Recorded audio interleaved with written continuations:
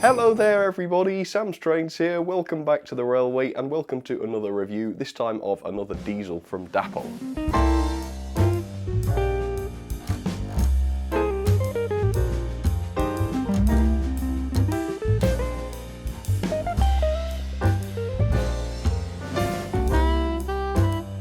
So I've not been very well this past week, so I apologise if my voice sounds absolutely terrible. I've got an amazing bargain to show you today though, so I'm thinking that's going to make me feel much better.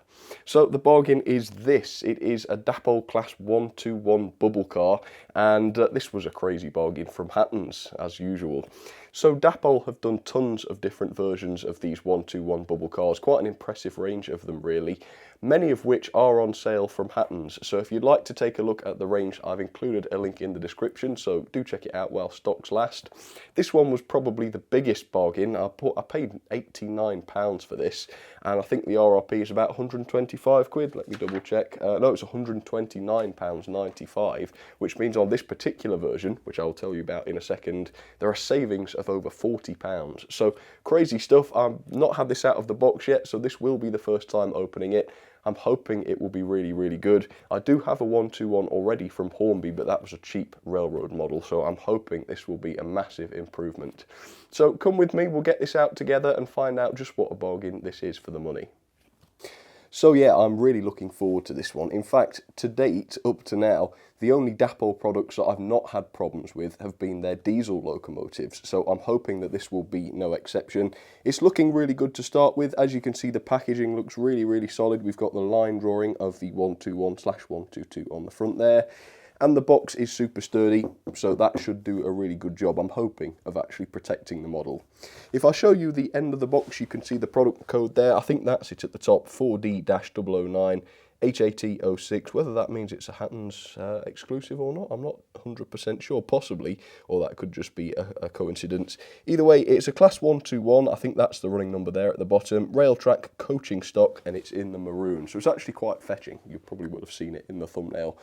However, as for me, I've not actually seen this yet. Like I say, this has not been out of the box. So let's do that now and get our first look at this. Oh, okay. Right, so it's covered with foam, which is good. Again, great protection for the engine. And we have this really thick booklet here. Hang on, it says Owner's Guide on the front. Let me take a look at some of this. Oh, it's not a booklet. It's lots of different pieces of paper.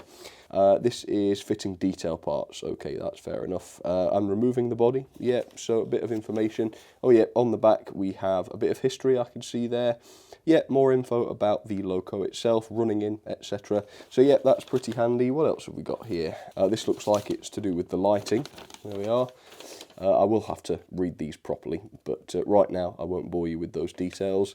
And then thirdly, we have, oh yeah, this is just about the warranty, so we won't go into that in too much detail. Okay, shall I pull off this foam cover then, and we'll see what's underneath. Well, it won't be a huge surprise what's underneath, but we'll take a look. Wow, there it is. Looks very, very different to the 121 I've already had from Hornby. Right, well, let's pull this out and take a look. Wow, this thing is very heavy. There's an awful lot of weight to that. And it says rail track clearing the way on the front, well, on the side. Wow, that looks really cool. Can't wait to see what that's like. First of all, though, I've noticed there's some stuff in the bottom. What's this? Ooh, it looks like we've got some decals. Oh, yeah. Wow, look at these. So these you can apply to the model, presumably. I don't think I will. But if you wanted to, you absolutely could. Look at that. So that's really nice. That's a great provision, isn't it? They haven't done what other manufacturers do and just choose for you. So that is really good. I'll have to put that somewhere safe. Right, well, let's get the loco then and see what it's like. So here we go. As I say, yeah, incredibly heavy. Quite impressed by the weight of this. Right, so let's find out how this blister pack comes apart. It's quite tight fitting, but I suppose that's good. It's not going to escape in transit, so that's good. Right, so we have a detail pack which is dropped out here. There we go. It looks at first glance like it's probably just some vacuum pipes, possibly some various couplings in there. No, it looks just like vacuum pipes to me. Yeah, either way, I'm sure, well, there was a sheet that tells you all about the various details. So it will definitely be quite easy to figure out where all that stuff goes. For now, though, let's get the engine out and get our first look. Okay. Whoa, sorry about the noise. So yeah, the packaging is superb on this. It's covered in this protective plastic, which I'm sure will have done a great job. And sure enough, I cannot see any loose parts on this model, so that is really reassuring. Right, let's lift it up. Wow. Yeah, this thing looks crazy detailed. Look at that. So yeah, this thing looks really, really impressive. And I had a feeling it would do, to be honest, because Dapol stuff, particularly Dapol diesels, are always really, really good. So wow, just look at the level of detail on there. Fantastic. So we'll take a closer look at this thing in just a second, once I've had a chance to look at it properly for the first time. But in the meantime, here's a bit of history on the 121s, and I'll talk to you in a sec. So the Class 121 was a set of 26 single-car DMUs, first introduced to the western region of British Railways in 1960. They carried out light passenger duties on small branch lines and on similarly less demanding routes. When British Railways became privatised, Silverlink was the only passenger company to continue to use the bubble cars. The last two units were retired in May 2017 by Chiltern Railways, so not all that long ago, and quite interestingly, the final unit to be withdrawn was also the oldest. However, the 121s are not completely dead. Several do still exist for various applications, for training purposes, and for passenger work, of course, on heritage railways. So there it is then, the Dapol Class 121 bubble car up close and personal for you. And having now personally seen the level of detail on this, I can quite honestly say that I think this model is utterly exquisite. So much so that I would probably go as far as to say it justifies the RRP of £129.95, which of course makes Hatton's price for this of £89 just utterly insane. Really, really great value. Man, so where do I even start? Well, let's start with the livery. So the livery I really enjoy actually, it's really smart, isn't it? But the application of it is just astonishingly good. I mean, take a look at this lining on the side here. There's just no messing up at all. There's no bleeding. It's all perfectly applied, which is incredible. I would say Dapol are probably the best, aren't they, in terms of applying livery. As you can see, every bit of lining on every part of the model is just incredible. We've got the British Railway crests there, which just once again are spot on, aren't they? And look at the ends, you can see this yellow segment here at each end is just so well applied. There's no paint bleed whatsoever. Goodness only knows how they get such a perfect finish on these things, but it really does show, and it's incredible. The level of separately fitted detail is incredible as well. I would say it's most noticeable on the underframe, which you can see has loads of separately fitted parts, many of which are painted. So again, this just makes the level of detail look incredible. Some of these parts, specifically the pipework under here, have quite sort of large spans that are unsupported, which means you do have to be careful, particularly when you're lifting up the model, not to touch those. And when I got this out of the packaging and when I was filming the close-ups of her in my hand, I did accidentally touch some of this and I got a bit of a fright as it all flexed under my fingers. I wouldn't say it's a quality problem, but you just have to be mindful of it because obviously you'd be annoyed with yourself if you broke something like that. So the underframe is really good. I think the ends are probably very impressive areas for the separately fitted details as well. As you can see, we have the windscreen wipers, or the window wipers, whatever you want to call them. Do we call them windscreens on DMUs? I don't know. Either way, they're separately fitted, and you can also see the warning signs there, which are printed onto the windows. We have the separately fitted lamp brackets as well, which look like they're made of metal, which is really cool. I think we'll have working lights on the ends of this. I'm pretty sure there are LEDs inside there from what I read on the instructions, but when we get this down onto the track to try it, we will find out for sure. And more importantly, we do have metal buffers, which I think are sprung. I'm pretty sure they're metal. Yeah, they look like they are, but they are sprung, which is just incredible. All of the handrails on the model, particularly around the doors, are separately fitted. I think they're wire handrails. Really makes a difference. Just makes them look so much more realistic. It's not 100% clear whether the door handles themselves are separately fitted. I don't think they are, but they are separately painted at the very least. And they look super convincing, don't they? Really cool. The bogie detail is really good as well. There's loads of moulded detail on there. You can clearly see the suspension springs and the various steps. Yep, that all looks really good. An impressive feature on this model is that it's actually all-wheel drive. So every wheel on every axle is actually driven on this model, which is insane. It does come at a bit of a cost though, because if we look inside where the passengers go, the floor looks unnaturally high, and I'm pretty sure the floor wouldn't be that high because, yeah, the floor sort of comes halfway up the level of the door. Now I think that is probably to do with the fact that it's all-wheel drive, and there must be some sort of shaft which goes across the model in order to power both bogies. I have to say though, I don't know how necessary that is. I do love the fact that it's all-wheel drive. I think that's a massive thumbs up, but how necessary that actually is for a single car DMU, I'm not 100% sure, but if for some reason you wanted to couple something else to it, it ought to have the power, also given its weight, to be able to haul that. But yeah, that is a definite small criticism because the realism of the thing takes a hit, which is a shame because otherwise it's absolutely incredible. The cabs at each end are a lot better though. As you can see, the floor is at the correct height, at least in the cabs, or it seems to be, and there's tons of detail inside there, loads and loads of separately painted and separately fitted parts. You can clearly see the seats and some of the controls. Again, slight issue with one of the cabs though, because there's a clear hole where I think the brake wheel would go, and it's just outright missing in one of the cabs where it's present in the other one. So whether, prototypically speaking, they would only have that wheel in one of the cabs, I don't know. That's very possible, so I'm not going to outright criticise it. But as I say, there is a gap on the dashboard, so I would say that that has not been fitted properly, and it's definitely not rattling around loose inside the model, which suggests that it, I don't know, left the factory like that. Either way, absolutely fantastic. As you can see, the level of detail is wonderful, and it really is a massive, massive improvement, as well it should be, obviously, for the slight increase in price. On the Hornby Railroad version, yes, I'll probably never look at that version the same again now that I've seen this. So it's absolutely wonderful. I probably can't do justice to this model because we could spend twice as long and see loads more impressive details. The fidelity of the model is incredible. We have the glazed windows, which I should point out, again, nice and flush to the outside of the body, which look fantastic. Minuscule printing going on with those, which looks really impressive. The roof is really well detailed. We've got those little air vent intake things, whatever the proper name is, I don't know. But again, just the moulded detail on those is incredible.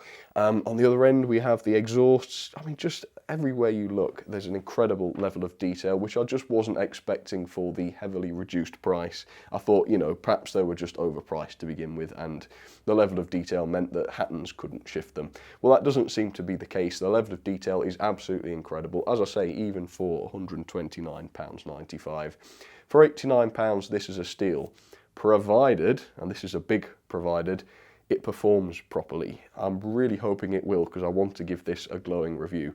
So let's get it down onto the track. The instructions claim that this doesn't require any special running in, but I'm going to do a bit of running in. Well, it's not going to get coupled to anything anyway. I'll probably just run it light.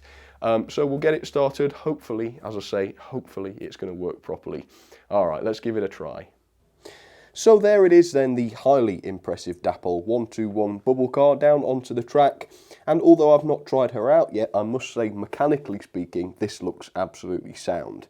The one thing I'm not 100% sure of is what type of motor Dapol are using in these, so whether it's 3-pole, 5-pole, coreless or whatever, although arguably as long as the thing runs properly it shouldn't matter too much.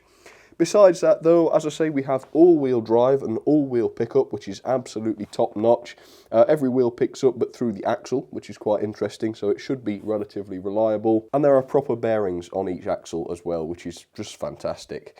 So with that then, as I say, I've not tried this yet, so I'm really, really excited to see this thing just jump into life. So let's give it a little bit of power and see what actually happens. I'm going to set this into forwards and let's give it a shot. Oh, wow. Now, this has not been run in yet. And yet, just look at that insane crawl. That is bonkers. Wow, that is just insanely smooth. Wow. That is utterly astonishing. Doesn't go very fast. I don't know whether that's an issue. I mean, how fast were these things in real life? But that's at half speed, which means it's got loads of torque, but not much speed. Yeah, that's interesting. Right, we have interior lighting, it seems. It's not dreadfully bright. It's nice and subtle, which is good. We have directional lighting at both ends. We have red lights, well, tail lights turning on when it's going away from you. And as it comes towards you, it seems we have headlights coming on. And a lovely cab light as well, which lights up the beautifully detailed cabs. Yeah, that is really, really impressive. So what I will do is I will set this running forwards. We will run it in, even though the instructions claimed it didn't need it. And we will see how it runs after half an hour and see whether it speeds up or not. But here we go, at half speed. Let's give it a shot. So it is incredibly smooth and the slow speed performance is incredible. But yeah, it does seem a bit farcically slow, doesn't it? As I say, that may improve as it runs in. But yeah, for the time being, it does seem a little bit on the slow side. And it's just derailed on a curve. That's not good. Let's try again. No, I tried it twice more, but it still kept jumping off the track on that curve. So yet again, it seems we have derailing issues with Dapol well, not rolling stock in this case, but with Dapol products. Ooh, struggled there. I've turned it round now, tried it in the other direction, and it seems to have managed it. But yeah, once again, really bizarre. Why don't they test their stuff properly? Unless there's a fault with mine, of course, but And I know what a lot of people might say. They might say, you know, my track work isn't the best and it's not the engine's fault. But obviously, and I've said this before, the thing you have to understand is that I have lots and lots and lots and lots and lots and lots of engines, all of which work absolutely perfectly. So if we come across one that does derail on certain curves, we could say pretty realistically that it isn't the track that is to blame. So there is a noticeable struggle on certain pieces of track, particularly curves. It seems it can't take second radius. The bogies don't seem to swivel very easily. Again, whether that's an issue with just mine or with the design on the whole, obviously I can't say for sure, but not very impressive that. So the performance is good in some areas. I love the lights, I love the slow speed, but yeah, the struggling on the curves, and that's third radius there, so there's no excuse. Yeah, not amazing, but either way, I'll try and keep it running in. Oh, it's sped up a bit, and we'll see how it goes. Okay, folks, well, I've found the problem, and it's super irritating, if I'm going to be honest with you. I'm pretty knocked about this. So, are you watching? It's these steps. Can you see these steps attached to the bogies? As the bogies turn, they contact the underframe detail, so they can only turn that much. And you actually have to put quite a lot of force onto those so that the steps can actually get past the underframe details and turn properly. So that proves that this isn't just an issue with mine, it's an actual design flaw. The box clearly states that this is designed to work on second radius track, and given this issue, that is a misleading thing to claim, because quite clearly those steps prevent this loco from working on second radius curves, which means that anyone that buys this expecting to use it on second radius track is going to be pretty annoyed. So I've now got the decision to make whether I just don't run it anymore or whether I risk damaging the model and try and file these steps down or possibly take off bits of the underframe detail. That is so annoying. How incompetent. Right, well, I don't know, what should I do? It's awful, but I'm going to have to snip bits of these steps off to allow the bogies to turn. Ridiculous, although I'm not surprised after the egg vans. Alright, I won't shunter, let's see if I can fix it. Okay, so it pained me to do it, but I've had to take the steps back, as you can see. I've sort of taken them back the bare minimum so as not to ruin the model too much, but now the bogies, well, that direction could do with a bit more, but at least in that direction the bogie can move all right. So we'll give that a try. I can't believe it's so frustrating. It's though it's done intentionally just to annoy people. I don't know, it makes no sense to me. Let's try it back on the track though and see if that's fixed. Okay, that's a big improvement. As you can see, it's no longer slowing down and cutting out and derailing on curves, which means that you do have to make some modifications in order for it to live up to Dapol, the manufacturer's claims of this working on second radius. It's a bit naughty if you ask me. But to be honest with you, I'm just glad it's working now, so we'll leave it to it, we'll leave it to running, and I'll come back shortly. Okay, there we go. She's had chance to run in. So yeah, I've noticed some interesting things. First of all, the loco did indeed speed up a little bit to a more reasonable speed. After about 5 to 10 minutes of running in, I noticed that she was running much better. However, just to test it, I left the loco alone, stopped stationary for a few minutes, and then when I started her up again, she was back to running super slow again, which is a bit concerning, whether or not they're all like that, or whether there's a fault with mine or something, which a motor fault specifically, which causes it to behave that way. I'm not sure, I'm not entirely certain. However, that's not great, that isn't very good. The other thing I've noticed is that it's extremely powerful. It has a pulling force of 0.52 newtons, which is considerably more powerful than even my Hornby 9F, which is a hauler. So for a single car DMU, that seems a bit like overkill, doesn't it? Now, obviously, I'm not complaining. The more power a model has, the better in my book. However, the realism has taken quite a hit as a result of having both bogies driven and giving the model all that power, because as I've already said, the floor of the passenger compartment is really unrealistically high, and it's very, very noticeable if you're looking down on the model, which we are most of the time. So yeah, it's a bit puzzling, isn't it, that? As I say, absolutely no complaints that the model is as powerful as that, but yeah, it's probably an unnecessary expense, really, isn't it? So either way, let's get this started. There we go. And elsewhere on the layout, I've got some other single car DMUs and, well, multiple car DMUs as well mixed in. First of all, though, on the middle line, we have the Hornby 121 bubble car, which from a distance, I suppose, might look similar, but is ultimately a much more basic, but then again, much more inexpensive model, so I suppose there's pros and cons to it. So, you know, take it or leave it. And then on the inside line, I have the Helgen, I think it's a 128 DMU, for parcels, though, rather than passengers. There it comes. Get it to a nice normal speed. So see which other DMUs you can spot. Most of them in the sidings and things have more than one unit, but there is one odd one out, so see if you can spot which one that is. So this time, you know, it's been running a couple of minutes already now. This time it hasn't actually sped up, which is a little bit concerning. I mean, first of all, that could indicate a motor fault, which is not very reassuring. But second of all, in order to get any sort of prototypical speed, you have to run it at quite high voltage. I'm going to have to turn the controller right up, which isn't great for the motor. Although having said that, literally as I've said that, it's sped up, hasn't it? That looks a bit quicker. So yeah, most of the time it's a bit of a snail. Well, in terms of its speed, of course. It doesn't leave sticky trails on the track. As you can see, yeah, it's a bit inconsistent in terms of speed. It seems to have some boosts of speed, which I think does indicate an issue with the motor. But there's no smoke, no nasty smell, nothing like that. So, not that I can really smell at the moment. But yeah, as far as I can tell, most of the indicators of a motor fault are not present with this. So yeah, go figure. It's a bit strange.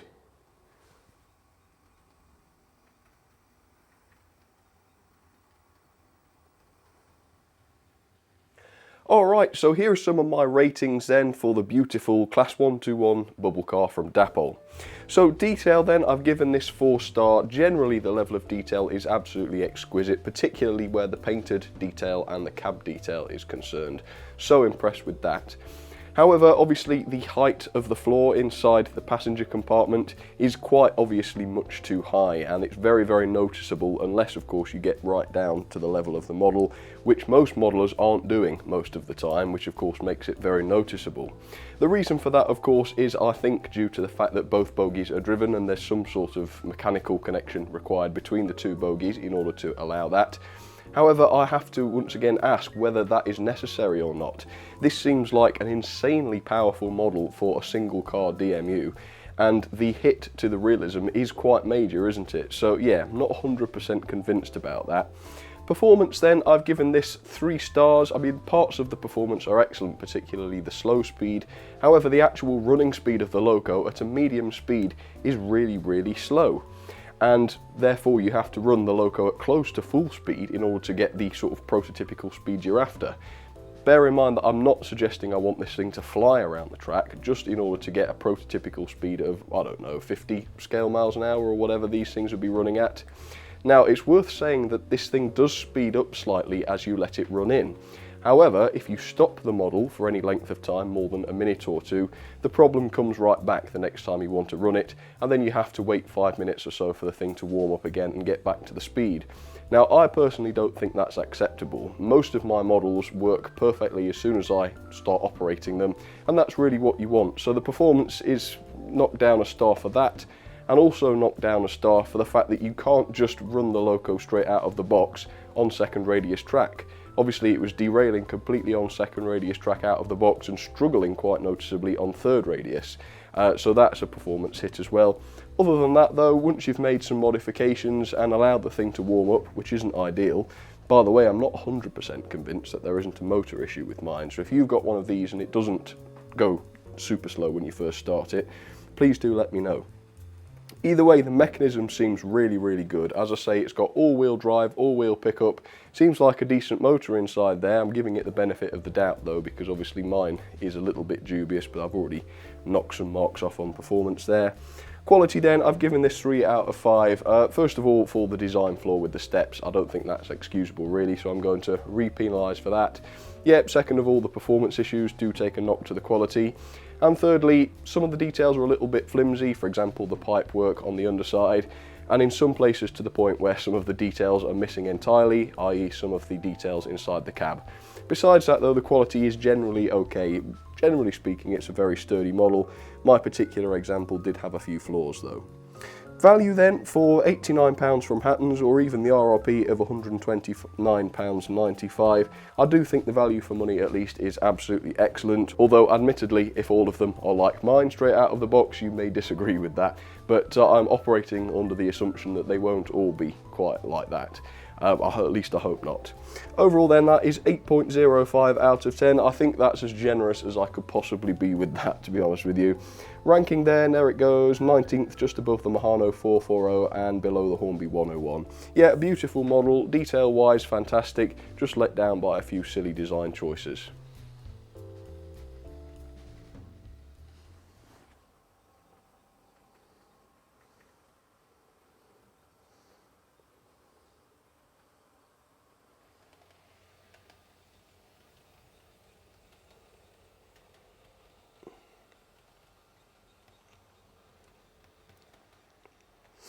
So yeah, I mean, it's a fair model, isn't it? It looks fantastic, it must be said, but it is definitely let down by the performance.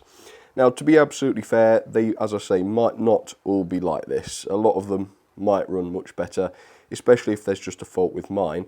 Although, obviously, having said that, the issue with the steps certainly isn't just a fault with mine. That's come that way from the factory and it's been designed as such. But yeah, as I say, don't let me put you off entirely. If you fancy giving it a try, it's worth it. Hattons do at least have a good returns policy, so any problems you can send them back. So if you want to try one out, by all means go ahead. There's a link down in the description. For the price, I think they are worth the money. Overall, I'm happy with mine, although a little bit knocked about the performance issues and having to modify the thing straight out of the box. But besides that, yeah, I would say it's a good model rather than a bad model, but certainly not a perfect model, that's for sure. I mean, look at that, that's running significantly quicker now. It's just taken 5 minutes or so to actually reach that point. So yeah, it's a strange one. I'll have to investigate further. But for the time being, that should just about conclude this review. I hope you enjoyed it. If you did, of course, don't forget to leave the video a like or even a comment, because I do love to hear from you. For the time being, though, thanks for your company, thanks for watching, and I will see you very, very soon for some more videos. Alright, cheers everybody, take care.